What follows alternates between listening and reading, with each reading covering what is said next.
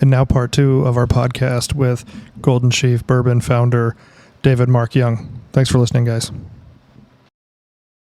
When you're talking about, we keep talking about bottles and whatever, and how do you determine, because there's so many different bottle designs, and I feel like it's got to be part of the marketing. Obviously, I mean, like we were talking about Crown. Crown has a very recognizable bottle. You could see just a shadow and you know what a Crown Royal bottle looks like. You know what I mean? And Jack Daniels has always had that, like that kind of square bottle. Right.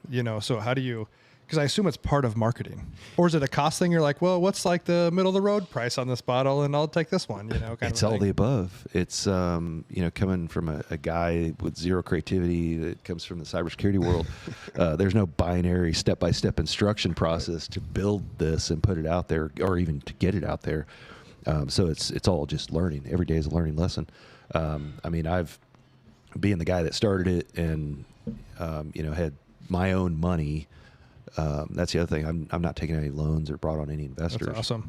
I wanted this to be a slow roll and then evolve. And if it didn't evolve, then move on to the next thing. But it's done very well. So there has been a series of pivots. Again, back to that small business owner, like, oh shit, we can't get that anymore. Now what do we do? That was our entire business model. So it's all about learning and, finding a way to survive. And so this bottle here was by accident, really, after COVID, we had this other bottle that I had handpicked, real fat bottom, glass that just lights up with kind of backlight on it. It had that historical kind of look and feel to it. And then the manufacturer said, no, 20,000 minimum purchase. So I was without a bottle. I had a couple hundred extra left over, but I was down in Kentucky visiting our partner and actually kind of cultivating that. It hadn't quite evolved in the partnership yet. And they took us in the back, and there's this pallet of glass sitting there. And they said, yeah, that's left over from that one-off thing that we did. If anybody that's looking for extra glass. And I went, punched a hole in the plastic, I was like, that's our bottle. That's it. Yes, absolutely. Took it home and bought that pallet off of them. And then since then I've, gone direct to that manufacturer.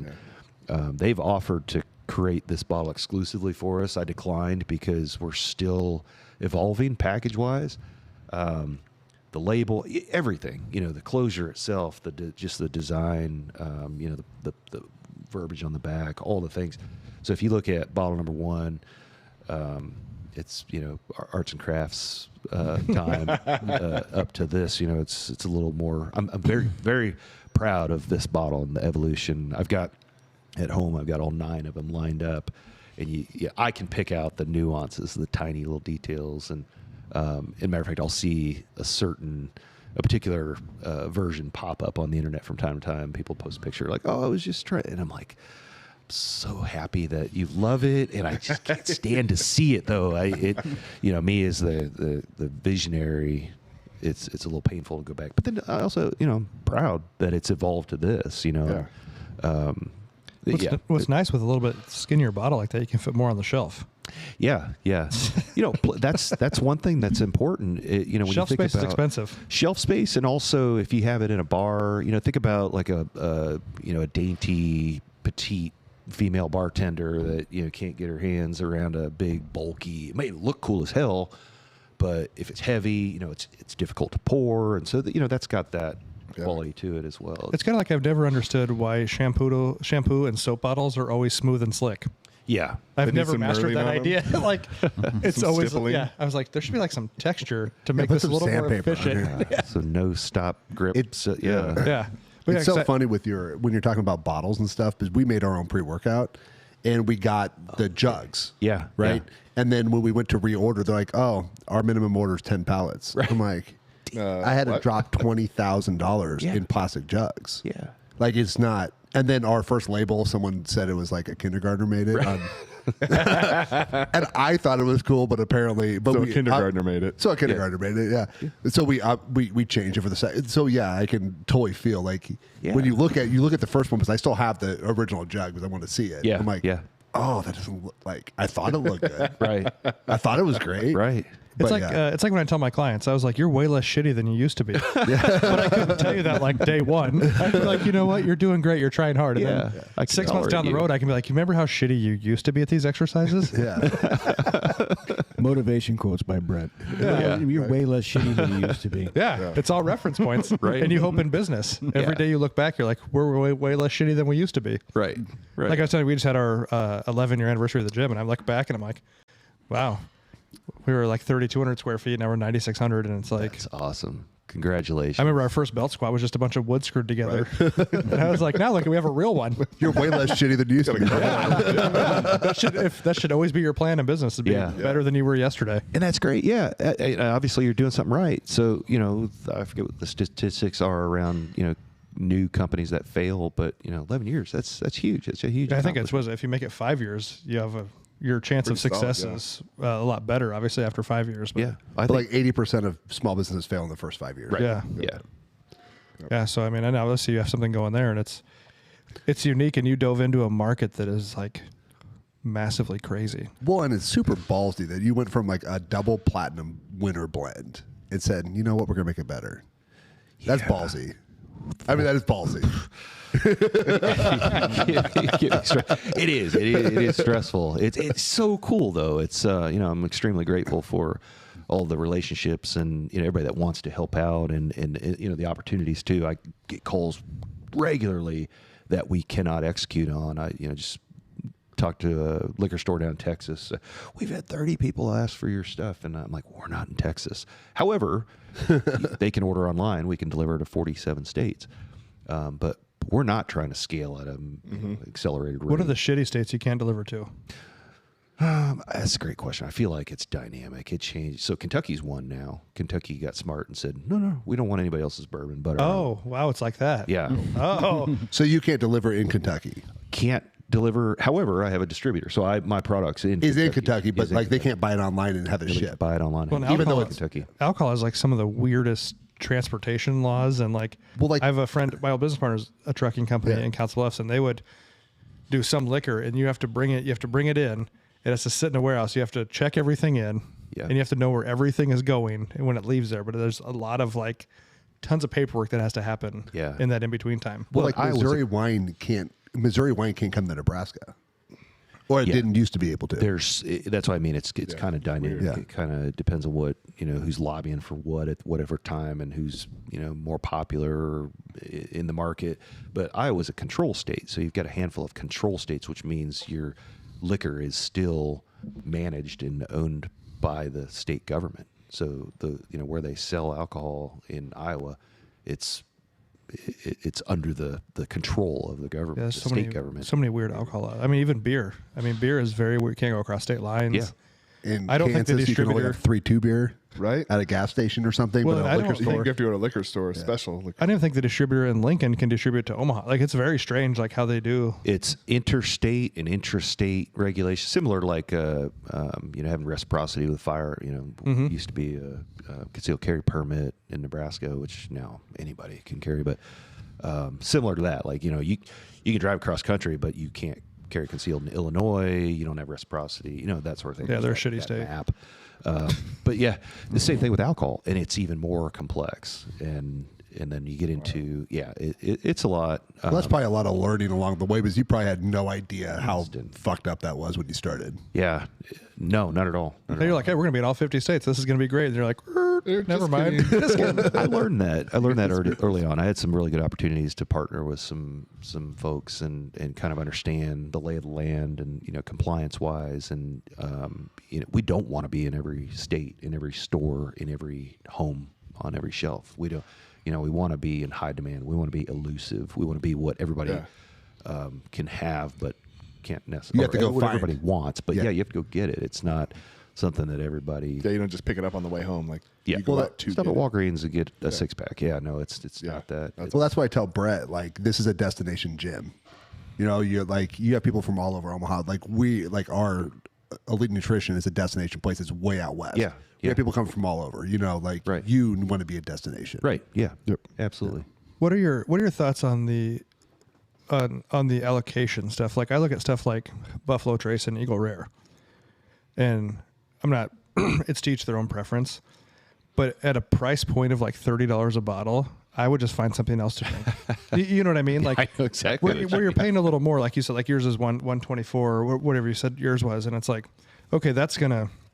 You kind of thin the herd on who's going to buy it. Yeah. So it's probably going to be available at the liquor store it's at. Yeah. More than likely, if they keep it in stock, it's probably going to not like, oh, we only get 6 bottles and it's going to be gone by, and I got into a debate with a guy like, well, I would just get something else. And he was like, oh no, Eagle Rare is the best thing I've ever drank. And I was like, it's like $30, dude. Like, come on. Like there's like several other $30 bottles.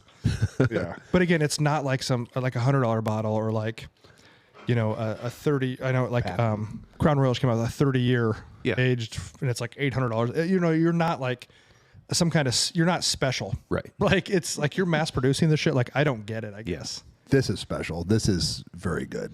No, and I get that. And that's why I was like, I don't understand the allocate because, you're a consumer, obviously mainly of your own stuff, but I know you like other things. Like I guess I would just move to something else that's available, I guess. Yeah. Yeah. And that's, I'm part of, I think, I don't want to say my civic duty, but that product familiarization stuff. Like I'm always trying new stuff. Matter of fact, I go into a place I'm not familiar with, and that's what I'm looking for. I've had that. Oh, that's new. Let's try that. I want to know what and then I want to see the bottle. And whether it's $5 a bottle or $100 a bottle, you'll try it. Price point, yeah, absolutely, yeah. So if you actually grab something you have no idea, can you tell what it is? Like, could you tell yes. this is a blend from these states? Like, could you tell that since you've Not necessarily a blend. familiarized so much? I mean, I could tell you, flavor profile, and then kind of pick apart the grains, primary grain, perhaps the age, proof, even. It depends on how well it's done. I mean, that's one thing that people drink this and they're like, there's no way this is 110 proof, or there's no way that's it's a little 118 I was just dangerous. thinking It's that. I was like, dangerous, huh. like, because I'm like, yeah, because you start getting that 110, 115, and sometimes you're like, yeah, not that. That's smooth. yeah. So it's about, again, that that chef creating something that's unique, and it balances out. Balance is complex yet balanced is key in this. But yeah, I love doing that. Matter of fact, I love doing. I'll try to fool myself and set up some blind, like nobody's around, like, oh God, mess these things up, and then try them, and I'm like, oh, I already know what that is. But I know producers that will only drink their own stuff, and I get it. They want to constantly improve it and be familiarized with it, but. I have different philosophy. Like, I want to know what else is out there. You have to if you want to improve, right? Yeah, exactly. Yeah. Yeah, get out of your comfort zone. This is comfortable to me. It's good. I love it. People ask all the time, what's your favorite out of the 9? I'm like, do you have children? Which one's your favorite? Everyone has a favorite. Everyone has a favorite. And I'm finding that out more and more. Like, I have a hard time saying to my daughter, you're my favorite. My son's like, maybe if he's not around. And if you have 9 kids, like statistically 3 are going to be a piece of shit. Yeah, I mean, that's going to happen. if you could only keep 3. Maybe I needed to kind of frame it up a little differently. But that used to be my question. They're like, which is your favorite? And I'm like, do you have kids? And they're like, yeah, but this one's always my favorite. I'm like, shit, that didn't work. But I used to say my favorite's whatever I'm indulging in at that particular time. So I'll have something that I'll kind of a taste for something. I'm horrible at favorites, by the way. What's your favorite ice cream? What's your favorite food? What's your because what aren't good? What right? Exactly. I love all. It depends on what kind of mood I'm in. Yeah. It depends what kind of year it is. But all the different factors.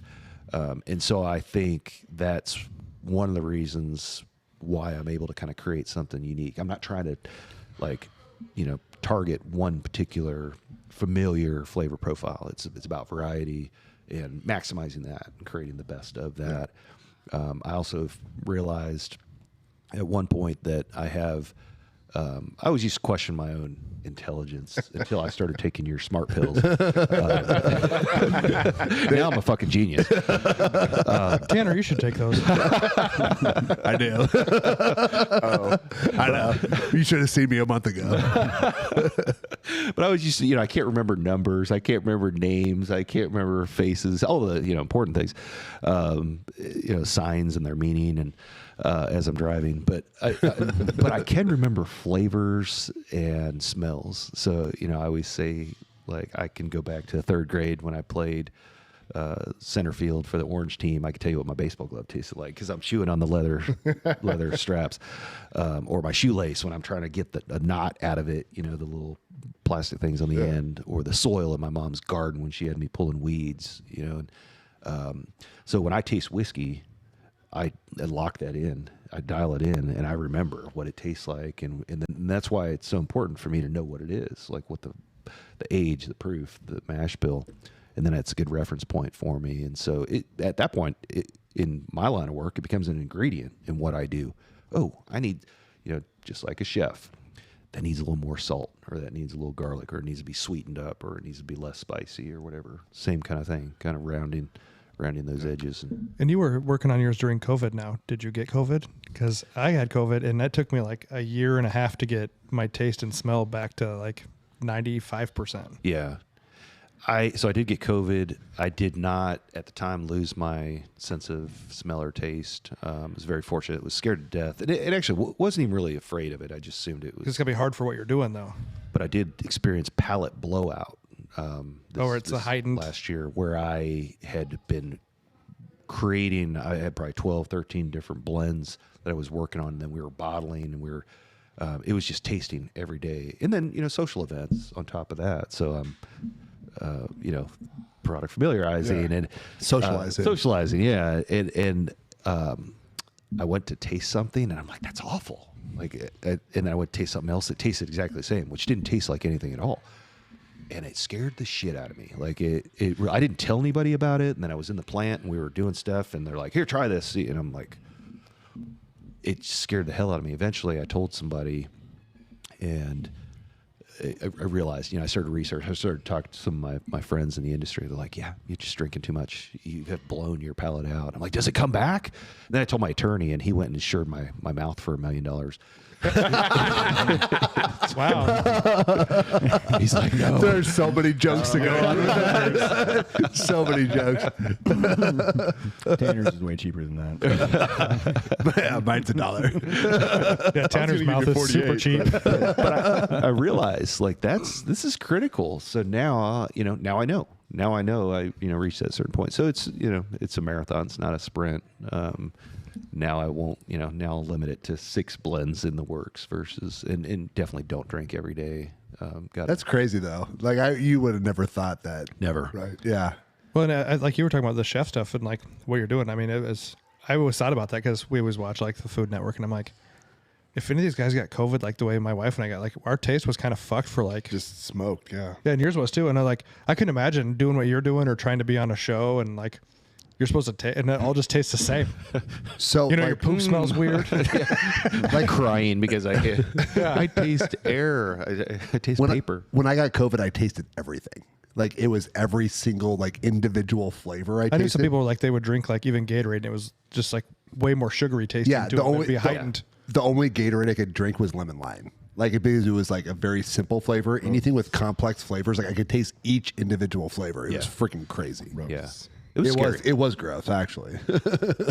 Yeah, that was scary. It was very scary, and I palate blowout. It was about 3 days, and and then I was afraid to taste anything because I was like, let me just give it a week and see what happens. And I kind of feel like I'm a little more. I don't know if I'm just more aware, but I feel like I'm like a little more sensitive. Like I can taste more now. So it's like resting your knees, or like when you have tendonitis. Yeah. That'd be the same thing. Like I'm never gonna be able to bench again. My elbow hurts. So for like some tips out there for some people who are trying different bourbons, whiskeys, whatever they're doing. What's like the best way to cleanse your palate in between? Like perfumes always have like the coffee beans there. You're smelling those and shit like that. Like, Yeah, so water's always great. I mean, it depends Just on like swish it around a little bit and swish it around a little bit. Yeah.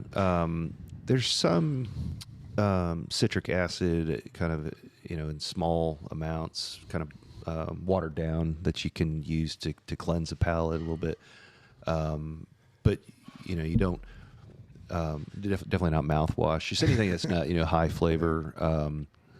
I'll even cleanse my palate with alcohol, just to kind of get kill anything in there. I mean, you don't want to kill the palate, but that's why I like to start out fresh. So 4 a.m. 4 a.m. Yeah, That's my morning breath routine. and water.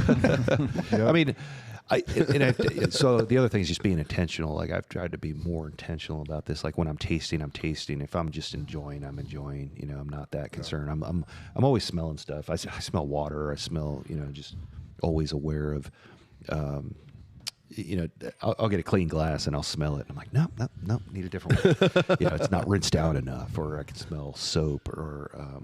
But typically, if I'm creating something, I'm not over the top, pouring water in my, clean out my, Doing the neti pot to blast everything. exactly. Yeah. It's not quite that. I mean, I've had, sinus infections and still like created something and felt as confident in, but then I'll also, I'll blend something up and then I'll put some notes on it, put a date on it, and then put it aside, and then I'll come back and revisit. But I'll create taste. Oh, that's notes. probably really smart. Like, make sure it's the same both times. Yep. Yeah. Yep. Come back and sample it again. And do I get the same thing? Do I, and I'll taste it, and then I'll, maybe it was weeks later, months later, I've done this, taste it, and then I'll take my notes, and then I'll go back and go, yeah, same. And that's, so my process for I love, proofing stuff. I'll create a flavor profile, and it'll, I'll proof it and see where it's at. It's usually about 120-ish, and then start this exercise and it's, just a long line of glasses at different proof points, and I'll taste each one. I'll take notes, and I'll grade them on a couple different levels, and then I'll go back and do the whole thing backwards. Sometimes this is, all in one shot. Typically it's over a couple of days. But it's also, I have to remember where I was at, like what time. That's why it's important. Time of day, consistency. I haven't had breakfast. I haven't had coffee, mouthwash. But then I'll go back and I'll, put my notes away, and I'll do the whole thing again blind, mix them around, and I'll take notes. Okay, number 5, and or whatever it is. Take my notes, and then I'll compare the notes from the blind. It's a science. It's my science. Yeah, it absolutely is. And I'm proud to say I'm batting 1,000. So my notes from, I've tasted something that's at 116 proof, and I've identified that as, okay, the level of heat, flavor, maximize, they've achieved that apex, they align. It's the most flavorful. It's the less hot than the others, best mouthfeel, viscous, all the things. And then I'll come back and find, I did the same thing blind. Like, I had that was the one that was, hit that nail on the head. And so that's, that consistency is good for me. It's reassuring that I'm not just randomly throwing a dart and saying, this one will work, and throwing it out there. Yeah. And then I'll inevitably take that and share it and see what people think. And that's when I'm like, nope, we're dialed in. Like, it doesn't matter what people think, but I want to know. Just kind of a verification. But if you say it's bad, fuck you. You don't know what you're doing. It's because you have that. It doesn't matter what it is. In that process, so what's your turnaround time for batches? Is like every 6 months you put a batch out? Every year you're doing a batch, or how are you? Because you talk a lot about your tastings and trying to blend stuff. How often are you formulating a new batch? Or are you are you 3 batches ahead? How are you doing that? I'm about 13 right now. I've got about 13 that are probably between 50 and 75% evolved. 1 or 2 that'll actually. I've got 1 that is ready to go. And the reason it's not in a bottle yet is because we're building our own facility, or construction is like that. We've talked about this, but just waiting on. And that's locally, or that's in Kentucky? Local here, yeah. Okay. Yeah, it's over Omaha by or Lincoln? Omaha. Okay. It's right over by Oakview Mall. So not too far from here. It's which is by far the location of one of the best liquor stores, I think, in Omaha. Wine, Beer, and Wine, Beer, and Spirits is like the fucking best liquor It's store right in around Omaha. the corner. Yeah, great. Toys R Us beer. If you want to have a liquor store, you need people that are borderline alcoholics working there, because all those guys have great information about anything I need. It's like a party every time you go in there. You Yeah. go in there right time of day, and they're sampling, and we're part of that. Matter of fact, we're hoping to get another event on the calendar with them pretty soon. We've done a collaboration with them where we created something with them, and they've got it on the shelf in there, so it gives us both pride of ownership, and but we're just 200-300 yards up the road from them. That's awesome. And it'll start out as just an operational thing. We'll be able to bottle our own stuff. So Have your own tasting room eventually. We've got tasting rooms. Everything's pretty much in place. We're just waiting on the final, health inspector, fire inspector, code stuff. Check that box. And then we'll be able to host events and, be able to. I've got a cool little blending lab that we've built out. It's like my own little mad scientist lab, and then bottle things. So at that point, we'll pick up that momentum again. We've slowed down. We did these in a larger volume because we knew there was going to be a lull between our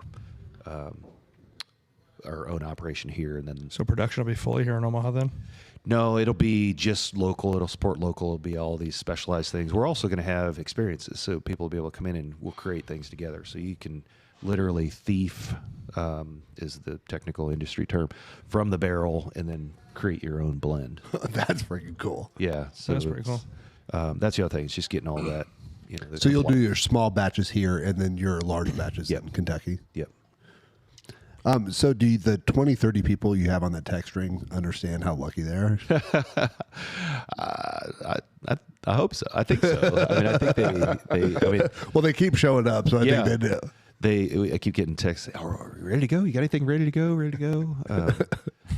Yeah. Sometimes it's just. I need something, man. What do you got? Yeah. What do you got? I need a fix. Yeah. I need my fix. Yeah. I always say and I tell people I do events all the time. I get I don't know if you've seen my car, but it's a Target. It's a mobile billboard, and it's got contact information and advertisement, all the things on it. And I can't go anywhere without 9 o'clock in the morning. I go to the grocery store to get some milk and eggs, and like, oh, do you have bourbon with you? Of course I have bourbon with me. Like, tell me about it. And I'm like, all right, here's 12 minutes. Here's the spiel. Yeah. And then inevitably that turns into a thing. Like, it sounds kind of creepy, but I find myself like on the There's a river. lot of creepy people though, so it's fine. Well, and it's not creepy, but it's like, hey, you want to come to my basement with me and 12 other guys and drink some whiskey? Yes.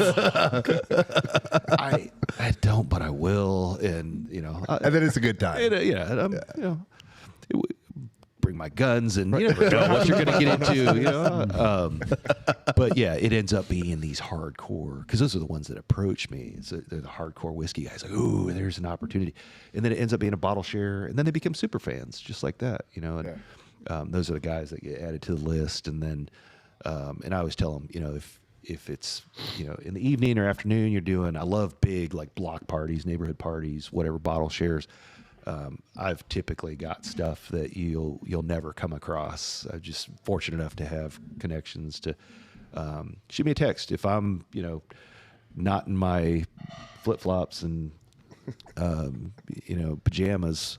Then I'll Speedo. pop in. Yeah, my speedo. I'll pop in and we'll share some stuff. So I love that. That's cool. I mean, do you like get out with the people and you have a big production, Right. Like that's unique.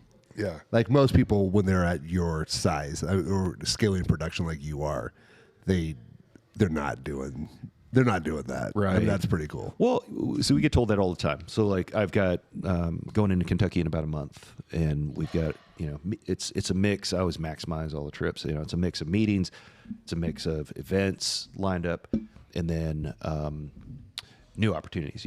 Exploring new opportunities. So we'll go in there, and they tell us, my business partner Sean and I will go in, and they tell us the same thing that. Gosh, you guys are always here. Like it's people love that. They love the personalization. That you're coming in and telling the story. But it's becoming more and more difficult to be everywhere at once, which is a great problem to have. But trying to figure that out, I'm trying to be the whiskey guy, right? I'm trying to create my own brand. I think you are the whiskey. I think so. I just too. said you're the Gordon Ramsay. Well, I appreciate that. If Tanner says it, I mean it. It's pretty much true. It's a huge compliment. I appreciate that. So that's what I'm trying to do. I try to capitalize on that. This is a great brand, great vehicle for that. But I also believe in myself that I've got, my contribution is really what helps elevate this and create the uniqueness and knowing the market, knowing, like I said, this is not going to please everybody that likes ryes. But it's a damn good rye, and there are a lot of other good ryes out there. That's I'm not just drinking my own Kool-Aid, but I'm drinking what everybody else is putting out there to be able to understand. And that's kind of I don't know if it's a gift or if it's A curse. a curse. But I will taste something. Doesn't matter what it is, food, liquid, whatever. I'll taste something and go, that's good. But you know how I can make it better. Inevitably, there's always a way to make it better. Yeah. And that's I didn't realize till later on in life that was kind of my mindset. Like, oh, that's damn good, Domino's, good job. But I can take it home and make it better. Hey man, that guy at Domino's, whoever took over Domino's has been killing it though. It is way better than it used to be. Absolutely, yeah. That guy's crushing it. I love Domino's. Well, it'd be really cool. I mean, if the people who had this 100 years ago, which I still find is crazy that Golden Sheaf's older than Nebraska. Right. Yeah, same. Like, it's older than Nebraska. But if these people that were around 100 years ago, I think they'd be freaking like, hell, this is good. That's awesome. I appreciate that. Yeah, I'm very nostalgic. I mentioned I was just on the East Coast. And I get out there and I think of like Civil War and Revolutionary War battlefields and, that sort of thing. And same with here. Nebraska's not as old as other parts of the country and definitely not as old as, other parts of the world. But I've been down to that site, the original distillery site, and I've just kind of imagined, taking myself back to, or even imagine, I did an event Thursday at Jocelyn Castle, and That's old too. that's old, and there's overlap. And I'm pretty sure I've come across articles that mention the founders of this and the Jocelyn guy, Co- yeah. the guy, The Jocelyn family. the Jocelyn family. And I've actually attended a speakeasy event there where it was, you come in the back door, you have to knock, a certain combination. And then it was a tasting. It was like a food and whiskey pairing thing there. But they went into the history of that family and how he would be down in his man cave, drinking whiskey with all his buddies. And I imagine the people that created this were some of his buddies. I think they ran on some of the same circles. I'm so sure it's they cool did. Hanging down there. to think, like, man, it's just And that's impressive because the Jocelyn family was a pretty impressive family. Well, in And Omaha, what they did. Omaha was a wild, wild west back in the day. Like, back in the time Well, it's when been such a lot of things because it's the middle of the country. I mean, Yeah. it was a huge, and all the way back to like you said, it was kind of a pass through, all the way up to it was a huge mob area yeah. All because the of way where up- it was at. It was huge for the mob because it was Right. right in the middle. all the way up to Peyton Manning young in Omaha. That was a really terrible transition. Well, I think It put us on the map. He did. when you consider bourbon, bourbon is truly my passion. I love all the whiskeys, but bourbon is truly my passion. That being America's official spirit, and being majority corn base. I think it's cool that Nebraska had such a presence in that Right. market back in the day, and so I've back when Governor Ricketts was in office, I remember saying, "Hey, we got to put this back on the map." Mayor Gene Stothard is a huge bourbon fan, and I like to think she's a Golden Sheaf fan. I'm sure she is. I'm sure she is, but I've said, "Hey, there's some things we can do here to kind of boost the economy and bring whiskey back to Nebraska." And but they had no idea that the significance that this had back in the day. And hey, Nebraska's a corn state, right? Well, bourbon's predominantly corn. Well, Why when- is yeah. Nebraska a bourbon state? And that's kind of it's up there on the vision board of creating more of a presence whiskey wise, and it's an evolution. It's becoming more and more popular. It's a lifestyle, and that's what people are learning. I feel like the more awareness versus that, it's just another spirit on the shelf. But I think people, at least what I've seen, is people have embraced it as, oh man, this is produced here, and it's a quality product, and there's beginning to be, the followers, the fan base, the consumers are becoming more prideful about it and proud, knowing that it comes from Nebraska and that it's not just a mass produced, something you can find everywhere. So, well, I think, like you said, like knowing who you are, like $100+ a bottle. I mean, that sets you aside. And I'm kind of a brand whore on things. Like I'll look for something because a lot of people look at something, oh, it's more expensive. It's probably good. Right. It's probably better. You know what I mean? Like, and I think that helps kind of set you apart a little bit. Yeah, you should definitely know who you are. Yeah, always know who you are in business, obviously. Like, we have our community and our values here. Tanner has his, and obviously you have yours. And I think how you price yourself is how you want to be. Yeah. Yeah, you're not going to make everybody happy, but know your worth, and have pride of ownership, but also be confident. And so, yeah, I mean, I've been called out in a crowd before about somebody that's coming through like, oh, this is good. Like, where can I get it? Well, it's right over there on the shelf. And oh, that's awesome. How much is it? $125 a bottle. And then they're like, oh, it's not worth that. It's like, why is it $125 a bottle? And I'm like, there's like 20 people standing All right, there. fine, then move on. Yeah. We're going to miss you as a customer. I mean, it's like the Southwest deal, like there's this customer complaining about, you guys, you don't have assigned seats, you don't have first class, you don't have, and the CEO or president's like, we're going to miss you as a customer. We're just not.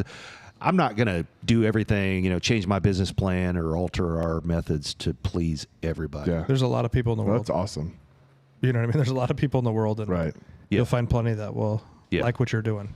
Yeah. And stand for something, have your values and what you believe in as far as the company is. And like I said, you keep it Omaha on there.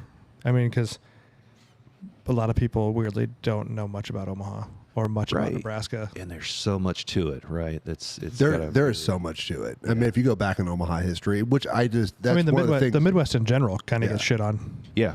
And that's what, like, when you and I were talking, like, you rebooting a brand that 100 years afterwards, I just thought was one of the coolest things I'd ever heard. Well, and then, like, keeping it here. Yeah. And then not just keeping it here, but making it something, like, exceptional. Like, you weren't trying to be a $30 bottle. You were trying to be the best. Yeah. And I can tell you, I believe you are. Well, thank you. I appreciate that. Yeah, it means a lot. It's and always trying to keep that, front of mind, because we're not trying to be like everybody else. And just like any other business, any other industry, there's going to be those that, the bigger your footprint is and the more people are aware, there's going to be those that are naysayers. Mm-hmm. And I mean, you're not successful until you got haters. Haters or sued, yeah, one of the two. I've been on the internet before. Yep. It's fine. It's fine. By the way, Omaha Barbell has the worst meatloaf ever. That's a review. We did have a bad review about our meatloaf. Yeah. And I've never sold a piece of meatloaf here in my life. Wow. That's incredible. Wow. Yeah. Well, now I So know. that's when you know you've made it. Yeah. Yep. But no, I think what you're doing is awesome. It's really cool. Bringing back such like a, I guess you want to call it like a legacy. Well, I mean, almost to Omaha that people third largest. Well, yeah, it's a legacy people don't know about in Omaha. Yeah. Which is really cool. Like you said, it paid what, 98% of the tax? 90%. Yeah, 90% of the state tax. That's a revenue. big state to pay Yeah. 90% of the tax on. Yeah. Well, and just like something that, I mean, it's 100 years old. I mean, 100 years since it closed. Like that is just, I mean, it's awesome that you brought it back. It really is. Yeah, it's really cool what you're doing. Well, thank you. I appreciate it. I'm fully aware that I get to do this. It's I don't have tons of money. Just throw at something and just do it because I want to do it. There's a lot of things I want to do, but You can tell the passion's there for sure. Absolutely. well, thanks. I appreciate. I mean, that. you blew your palate out trying. and that's how committed. I think any successful business, you know what I mean? Especially, I mean, you're probably in the bourbon world, you're considered a small business. Yeah. Oh, yeah. Absolutely. You know what I mean? And I think you have to be passionate and like what you're doing. I mean, you're always going to have those days where you fucking hate going to work. Yeah. Yep. That's always going to happen, but Do the big guys, like if you met some of the big guys in this world, do they love you?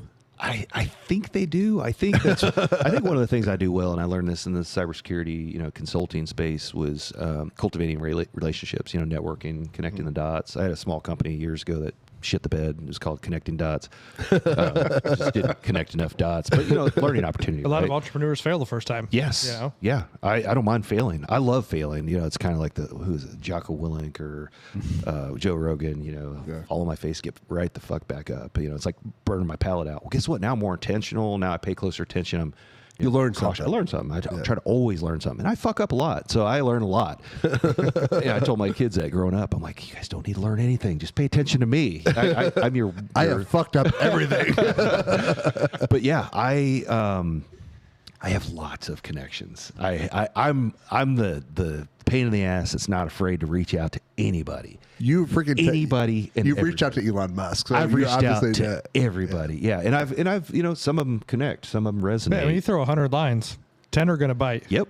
Well, Yep. and Elon listens to the podcast, so you'll probably be good. Right. Yeah. Yeah, I'm pretty sure he does. So I reached out to him on when it was called Twitter, actually, and they're like, oh, Elon responds to every tweet that he gets. He doesn't. Liar. But I reach out. I mean, I was helping out another brand years ago, and I'm like, we need to find a brand ambassador. And I went out to Mark Wahlberg. I flew out to L.A. and I'm like, try this. What do you think? He's like, I don't drink. Okay. I don't drink. What the fuck? He sells tequila now. Now he's got tequila. This was. I do like Mark Wahlberg, though. I appreciate that guy. Mark Wahlberg. Yeah, he is. I have some municipal shoes. Yeah. They're great. They're super great shoes. That guy, I had kind of an in, so I know a little bit about Mark and his family and kind of what he does, and it's impressive. I mean, it's a good. I think that family is point. probably one of the most down to earth families I've ever seen in celebrity world. Yeah. Well, and it's been cool seeing some of the behind the scenes stuff too. It's just they're just like every Cool. other family too. Cool. But eventually, I mean, there's people like, gosh. So Lee Greenwood was. I ended up being able to connect him with a company here. Now he's a brand ambassador for them, and then there were connections there like Kid Rock and John Daly and Freaking John Daly. John Daly cracks me up, dude. Dude, John Daly. And I remember like just being, like, oh my gosh, it's like trying not to get starstruck. Right, And so- trying not to fanboy. Yeah, and to this day, there's I just had a good friend of mine. I'm just gonna name drop now, but like a good friend of mine's. You familiar with the band Warrant? Yeah. She's my cherry pie. So Robert Mason, he's a good friend of mine, and had him on the podcast. We were actually supposed to do a podcast together. It was called On the Rocks. So it's talking about alcohol and the music world. And, but yeah, it's kind of like Brian Adams will text me and I'll Brian Adams. just Hey, man, everything I do it for you. Summer of '69, yeah.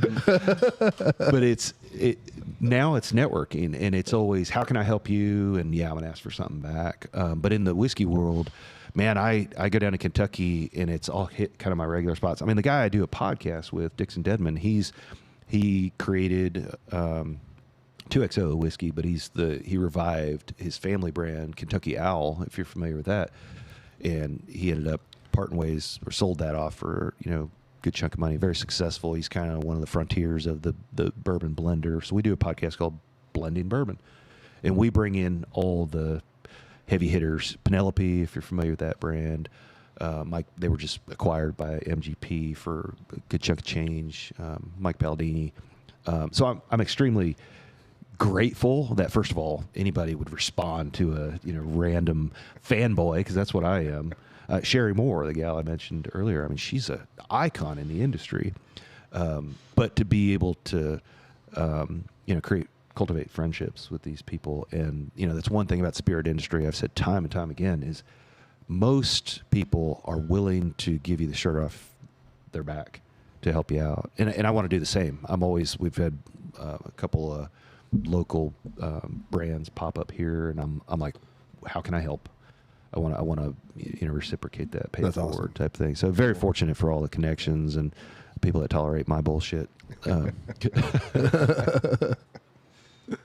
It's awesome, though. Like I said, it's cool what you're doing. I think anybody who's It's awesome. doing anything to represent their state and bring back, like I said, a dead icon. Kind of. It really basically was. I mean, brought it third back. largest in the country at that point in time. Nebraska had no And population. at that time, it was what, Patriarch Distillery? Is that what it was called? No, so Patriarch is a local brand. Started about 8 years ago. They have Soldier Valley and Okay. No, I went to, that was the partnership. That was a local distillery I went to with some Okay. ideas and cash and looks for So I was doing a little property. research, and that was kind of what came up, and I don't know if that was the original or. No, that was, so I went to them after I had acquired trademarks, went through all of that USPTO trademark stuff myself, created that, and then was able to talk about it to people without fear of, because at that time I had put so much time and energy into it and drank so much of it. No. And You didn't want to get stolen out from underneath it. Yeah, I get it. Yeah. absolutely. And I had, via other connections in Kentucky through cybersecurity world, I had kind of gone down there and socialized it, and they said, "Man, this is pretty cool. Like, you're onto something here, but you got to do it in Nebraska. Like, we may do whiskey, bourbon here pretty heavily, but this is something you have to take back to Nebraska and celebrate there." And so I kind of started to research like who That's was really cool. the right candidate, because back to that just inception. I didn't have the cash to build a distillery, build this, and then sit on product for 10 years. Who And does? then, that's a lot, because this is what I wanted to do. I want to do aged bourbon. I targeted that place in the market, on the shelf. So they were the first ones, they were the ones I went to, and I'm grateful for that connection. I actually went in there, and we ended up helping out each other. So I leaned in, helped them out. I brought Lee Greenwood into there. He's now connected with them, and helped them out. They helped me out, and then as planned, we just parted ways. And now I do what I do, and they do what they do, and they make some pretty good stuff. They do a good job of what they do. Different part of the market, but yeah, it's good to have variety of offerings out there, and good people.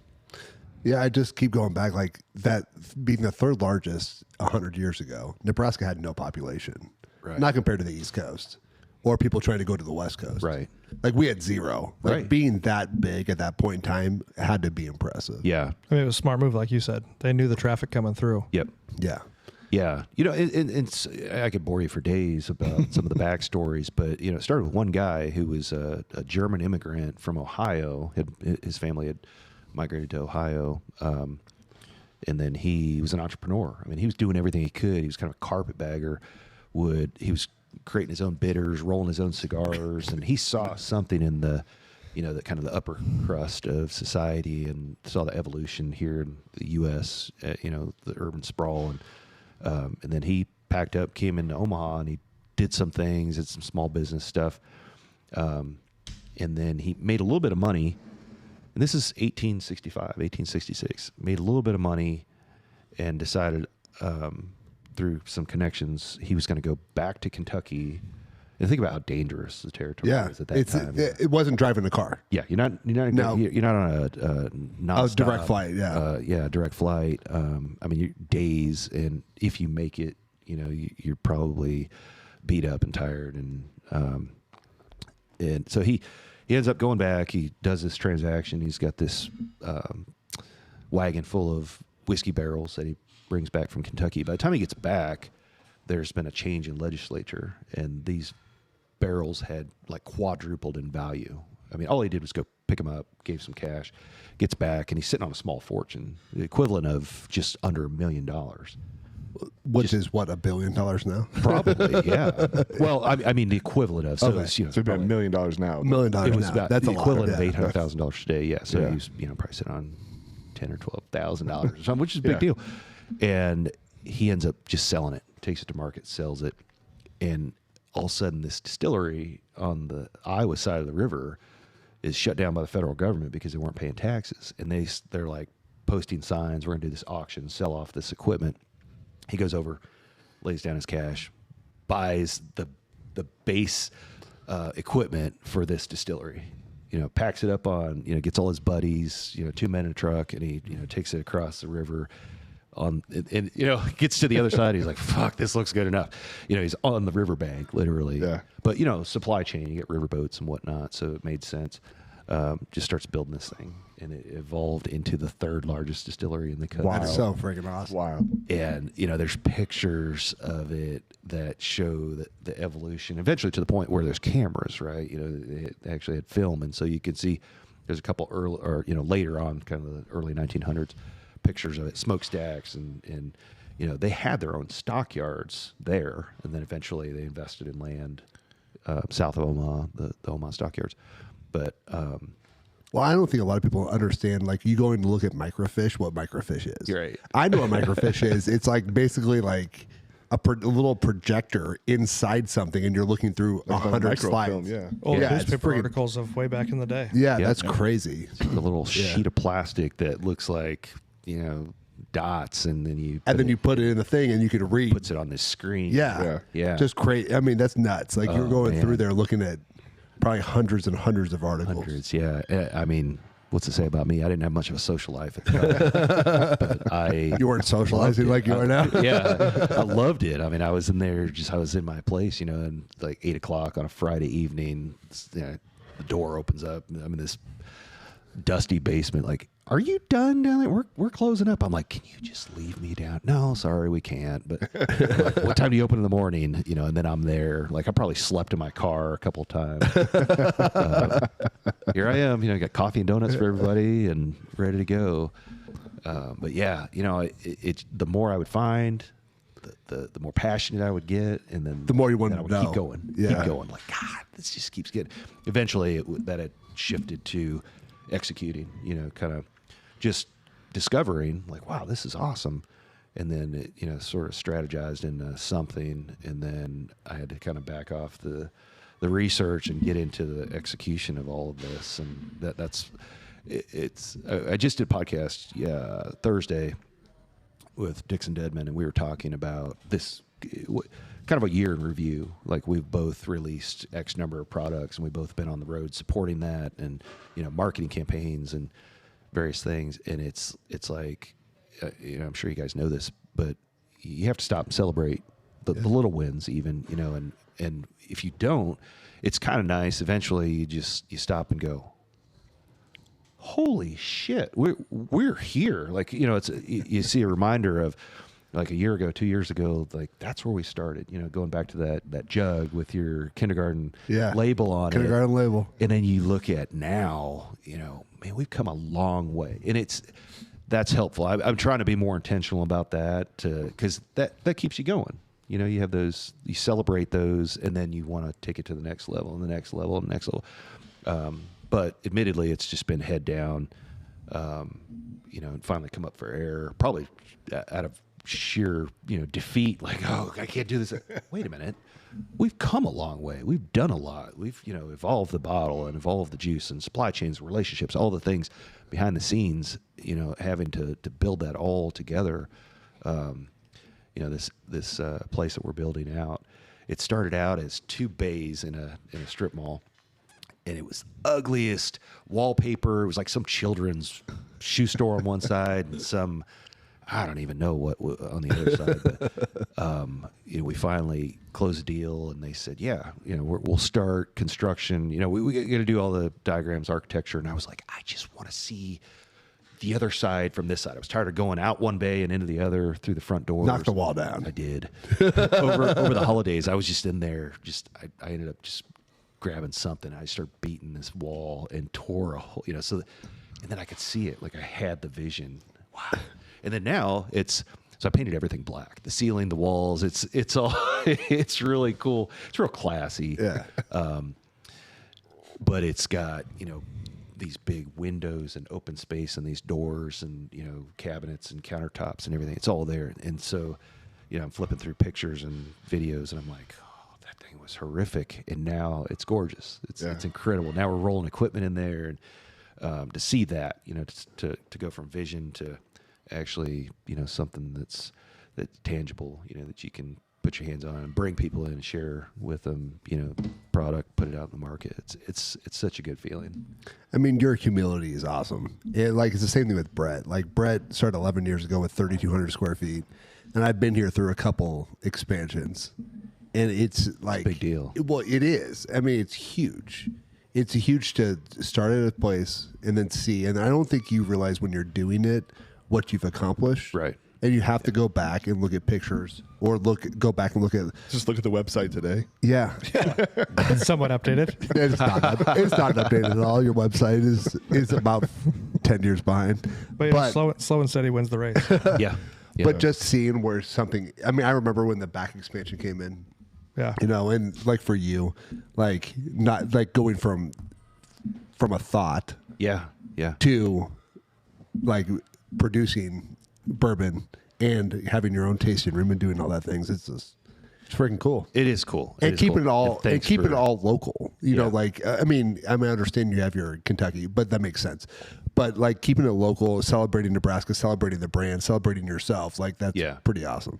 Well, I appreciate that. Thanks for the kind words. It is cool looking at, so going back to when I remember the day I stumbled upon Golden Sheaf, you know, and I'm like, what is this? There was nothing. There were no pictures or, you know, and I Google more, just couldn't find much of anything, enough to just go, what is this?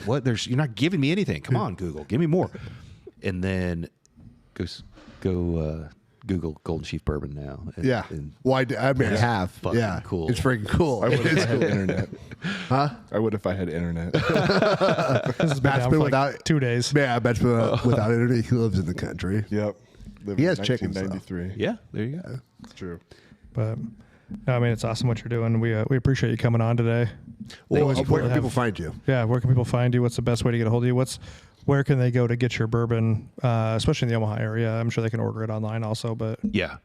Find me. I'm on David Mark Young on Facebook, Instagram, but I'm also all over. You know, Golden Sheaf is on Instagram, Facebook, YouTube. You can find Blending Bourbon Podcast, and it's got all the contact information to be able to schedule events, and we do a lot of different things. Product wise, we're all over Nebraska. I get calls every day of new steakhouses out west in North Platte, or way out west that pick us up.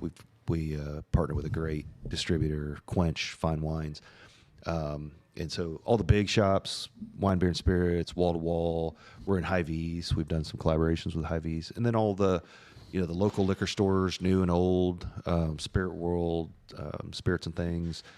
The Rack, 402, Kinda everywhere. over. Yeah, old Vine Wine and Spirits. It's that's a challenge to never want to upset anybody, but I'm one of those people that wants to make everybody happy, and I found out quickly you cannot. And it's like the minute you go do a collaboration with a small liquor store, the big stores are like, oh, you're local only, okay. And then 2 weeks later, you go do something with them, and the local shops are like, oh, you're a puppet now for and it's like there's enough meat on the I'm just here to sell whiskey. yeah. I just want Right. to I just want to sell whiskey. I'm here to sell bourbon. I want to I want to be friends with everybody, but I've realized that not everybody is you can't please all the people all the time. But I can continue to make really good whiskey and put it out there, and if you like it, then join me and we'll have a drink together. I appreciate you guys for giving me a platform to talk. I know I love talking as much as I love whiskey, so greatly appreciate it. Congratulations to you on 11 years, Thank you, man. I appreciate it. and appreciate your connection, brother. It's those long chats and the Yeah, that's awesome. the shop. Really grateful, great to meet Well, you. I love human stories, and yours is just like just Marine, NSA whiskey. I mean, that's a cool story. Probably those first two led to the third one. Yeah. But yeah, It checks some boxes, man. I love it when my jarhead friends, routinely will tell me, we just ordered something. Oh, by the way, Sealbox online, sealbox.com, SEELBACHS.com online, 47, sometimes 48 states. But yeah, jarheads, especially this time of year, Marine Corps birthday in November, and there's always text threads. I've got friends all around the world from military. There's always that click. Kind of get that sixth sense. Walk in a room and pick out the jarheads from the That's awesome. the good. well, and if you're watching YouTube, I mean, his hair challenges Chris's hair. they're right there. they're right there. I mean, it's some good hair. Yeah. For me who doesn't have it, I can appreciate have it. stuff. You got to see it on YouTube. Yeah. Watch the Yeah. YouTube channel. Yeah, watch the YouTube channel. It's a great hairline for both of you. Awesome. I appreciate. Yeah, I was just my reading mom. the back of your Try it. bottle there, and it reminded me of so the back of the bottle says add a few drops to your whiskey. You kind of temper the flavor, and wanted to just touch on that before we kind of close. Yeah, it out. yeah, of course. Because I think there's I had a buddy of mine who's big into bourbon and drinking and stuff, and had given some advice on hey, it's fine to add water to whatever, right? Like his thing was like, find a flavor profile you like. If it's a little too hot, add a little bit of water, kind of temper it down. But I think there's this kind of misconception. We touched on it beforehand, like, oh, I've got this really nice bottle of bourbon. I either like it and drink it as is, or I just don't and I move on to something else. Yeah. But like even on your bottle of water, right? So like you have this bourbon, you really like it. If you want to temper it down a little bit, absolutely, add a little bit of water to it, and it's fine. It's, that's everybody likes what they like, and I get sometimes people flex online, and they're like, oh, this is so horrible, I dumped it down the drain. I'm thinking, man, you missed out because you could have done so many things. You could have blended it with something else that you don't like, made something better, given it away and been real cool, whatever. But that's but it said you were a douchebag, and you I mean. But yeah, that's one of the reasons why this is a little hotter. It may not be for everybody. So I, with these, I also have these cool little black eyedropper bottles, and then you just, my buddy has that. Yeah, 1 drop, 2 drops, whatever. But yeah, you find it how you like it, and that's how you enjoy it. And don't let anybody tell you otherwise. I'm always tinkering with stuff, and that's how this came about. Okay, I was going to ask about that because like it specifically says on the back, and I was like, blending water. Yeah, so I it does say blending water. Yeah, it's got a QR code. You can take you to your website, so it's informative, but it's also I go to Proof or whatever, and bring these groups, bring in little bottles, and I'll experiment with stuff, and inevitably somebody will ask, what is that? What's in that little bottle? And I'm like, acid. You should try it. No, it's, put your tongue out. Little LSD. But you try drop, and then they're like, that's so cool. Where can I get one? Here, just take this one. And I'm like, we should sell these. Yeah. So I went and got a pallet of these, and then a couple crates of the little black. We haven't quite started selling them yet. Yeah, but it's great. That's cool though. Brand awareness. Yeah. And but it's also like an awareness thing. It's kind of educational, so it it helps people. I love doing tastings, and I know we're wrapping up here, but that's, I think, the biggest challenge. The initial hurdle for most people, they're like, oh, it's too hot, it's too so that bourbon is smooth. And if you know how to drink it, that's the thing, is there's you have to ease into it. So I always tell people, take that first sip. You're conditioning your palate, and you're not swishing it like mouthwash, but you're just coating your palate, and then you swallow it and then do it again. To have zero expectation for it. Well, that's crazy because like the first one's a little strong, but then like every drink I took afterwards, it's just better. Yeah, and that's just it. It's just great. Yeah. So I tell people those first 2 sips, have zero expectation. Don't even think about the flavor. Just know that you're taking yourself to the next level, so you condition that palate. And then that third sip, you should be able to just sip it and taste it. Yeah, that's crazy. That's funny you said, because that was like my buddy who said, like, he'll pour a glass, and like I've gone over there and had some with him, and he's like, he pours the glass, and he's like, take a sip, and then we leave. And like then we go do something else and talk for a while. Then we'll come back like 20 minutes later. Yeah. And that's when like he wants to sit down and have that drink. Is like after he has a drink and like lets it do the magic in his mouth. Yeah. That's what she said. Yeah. And then come back. So that's awesome. Yeah. It's usually 15 minutes for me. I try it. I'll get a pour and I'll just sit and just kind of let it air out, breathe a little bit, and but sometimes it's I know what I'm getting into, so just drink. Yeah. Cool. Well, you do have the record for the longest podcast we've had. Oh man, what does that say about me? Yeah, no, I told you guys. It says that it's freaking interesting as hell. Yeah. Brett had to pee. Dude, I was. I held out for a second. You fidgeting over there. I look over there and he's like, I was like, I have to piss so bad. I peed twice since we've been sitting here. So. I tried to rodeo. You're just cathetered. You're ready to go. No, it just goes under the floor. Yeah, there was a lot of good information, and I was just like, I don't want to stop. I mean, I feel like you were joking around like, how can Rogan go so long? I can see when you have someone interesting, it goes a long time. Yeah. I mean, him getting like ripped out of his mind probably helps. Yeah, part of that go. Him and can't do that. Him and who was it that had 5 hours? Post Malone. Him and Post Malone were 5 hours. That's they too were much. just high. They were high. Yeah. He did the same thing with Jocko, and neither one of them were high. Right. Yeah. Oh yeah, Jocko. He'll get some of his guys on. Yeah. He's got some of his 3, 4, 5 hour podcasts. We're talking about wine, beer, and spirits, and I usually have people keep track of how many podcasts we talk about poop or don't. I've pooped at Wine, Beer, and Spirits. It's not super comfortable as a bathroom review. If you're a person of large stature, because I had Is it like airline bathroom? No, it's still like a kid's bathroom. First of all, it says boys on the door because it used to be a Toys R Us. So it still says boys So on you the walk door. around looking for the men's.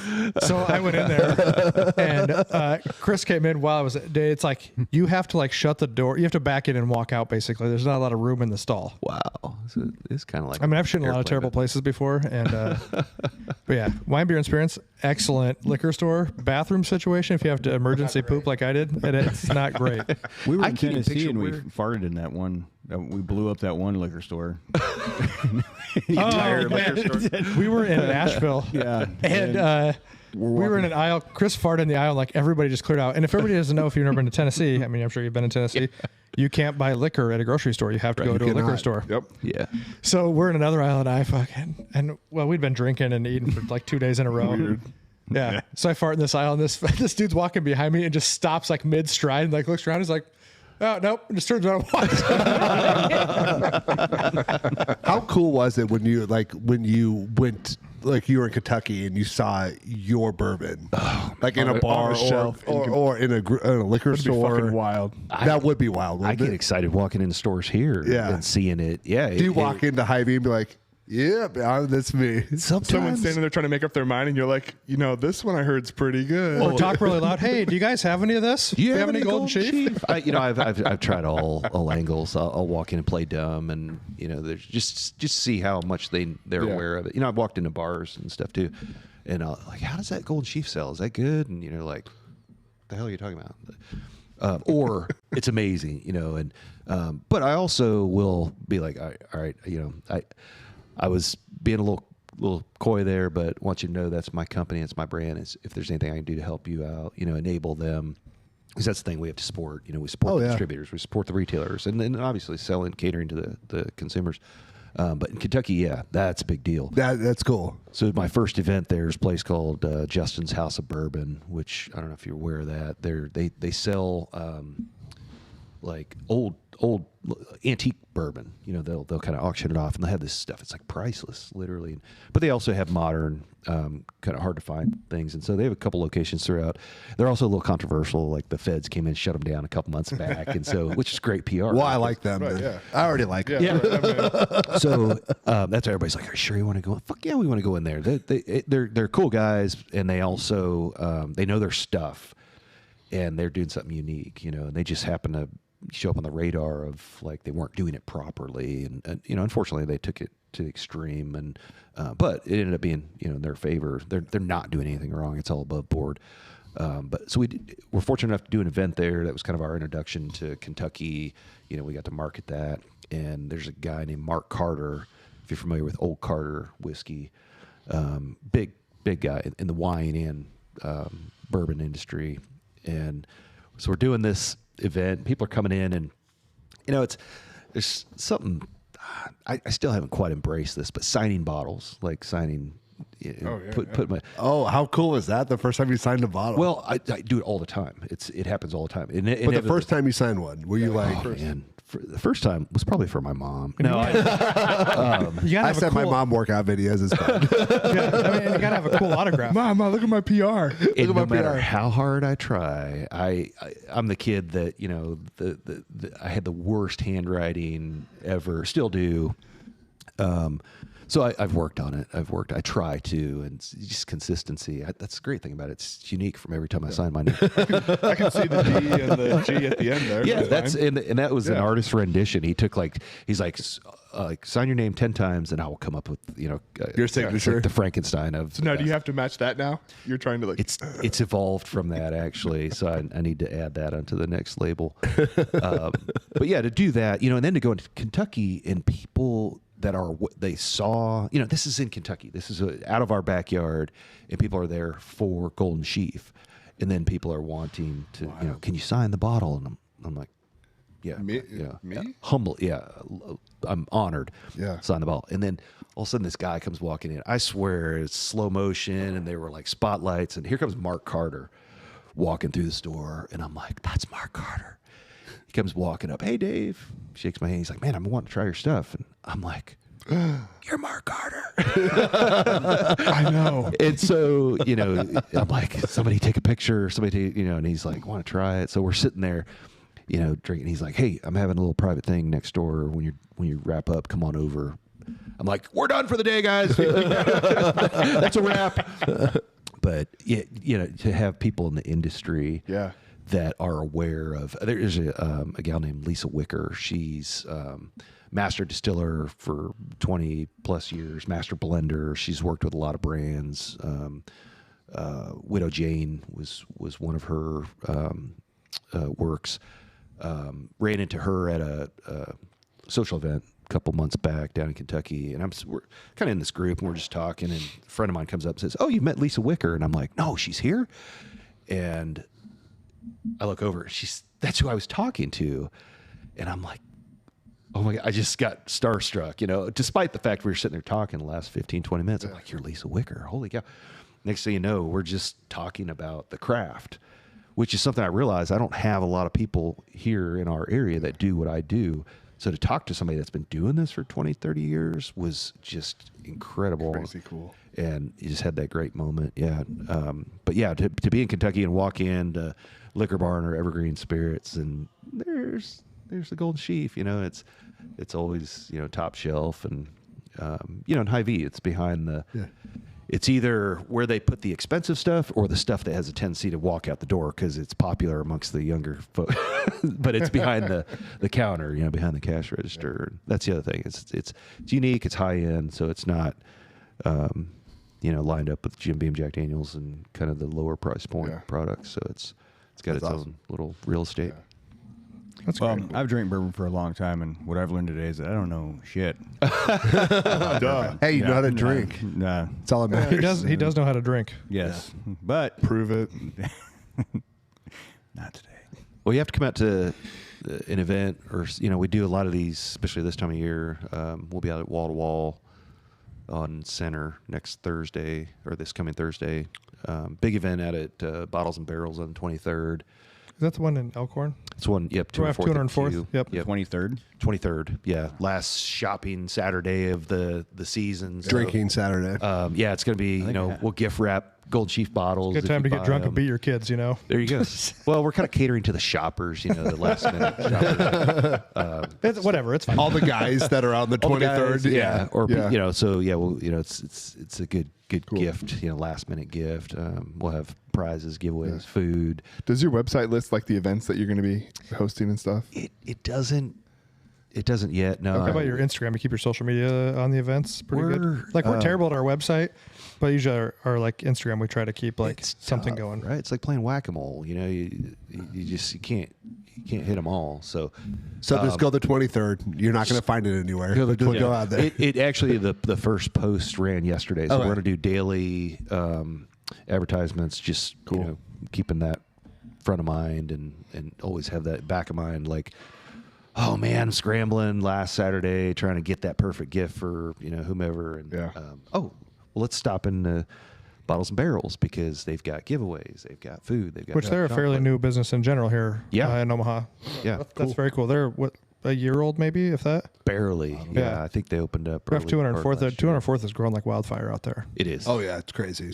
Yeah, and they Really annoying to drive on. Our dozens and dozens of fans will probably hear this. Yeah, we always say and dozens. We have a third dozens now. There could be one of our 8 or 9 listeners, but I'm sure you guys have much broader follower base than we do. We think we do. Yeah, it's all that matters. I definitely planning on sharing your podcast and all the links, so we'll talk about that and definitely talk about y'all on our next podcast as well. And I just appreciate it. We should do some kind of collaboration together. I mean, bourbon and barbells, barbecue. What was Bullets, barbells, and barbecue. We're basically everything that's and really bourbon and bourbon and bourbon. Yeah, because we're basically 3 of the things that make America great. weightlifting, guns, and barbecue. Well, and then bourbon. Yeah. That's why I said we're 3 of them. We got to add the we got to add the bourbon. There will be a barbecue. I forget the name of the brand, but there will be a barbecue truck, I think, out at Bottles and Barrels on the 23rd. So we're going to be doing some pairing barbecue and bourbon. Probably won't have guns because that's illegal in liquor stores. It's really the no fun police at that point. We'll just stay outside. We have to go to 88 Tactical too. We do a lot of stuff there. Maybe we do a joint podcast. Some There you go. Bourbon and bullets and have some barbecue at 88 Tactical. That'd be super fun. Well, they have barbells. And barbells, yeah. We do. Not as cool as ours, but it's fine. No, not as much. They do have shooting though, so. But no, man, we appreciate you coming on. Wish you nothing but success with it. Yeah. I mean, it seems like you're headed in that direction anyway. Same. It just you're humble and it's awesome. Right. Awesome story, awesome Yeah, product. being an asshole doesn't get you near as far. Yeah, But depends what you're just trying to ask. do. Just ask me and Brett. I'm way further than you being an asshole. Well, this is awesome, and I look forward to doing stuff with y'all in the future. Appreciate you having me out. That's awesome. Congrats on your 11 years, and it's been great sitting down chatting with y'all. Cheers to you guys. Thanks, man. Appreciate you sharing your time. Appreciate it. Sharing some whiskey. It was great. Thank you. I'm drunk as 11. So We want to thank everybody out there for listening. Like, subscribe, share. Even if you don't like us, tell everybody that you don't like us so they'll listen too. There you go. And then what was your podcast one more time for everybody? Blending Bourbon. Blending Bourbon. Check him out. Check out some Golden Sheaf. And you won't be let down. Thanks, guys. We'll see you next time. Thank you. Cheers.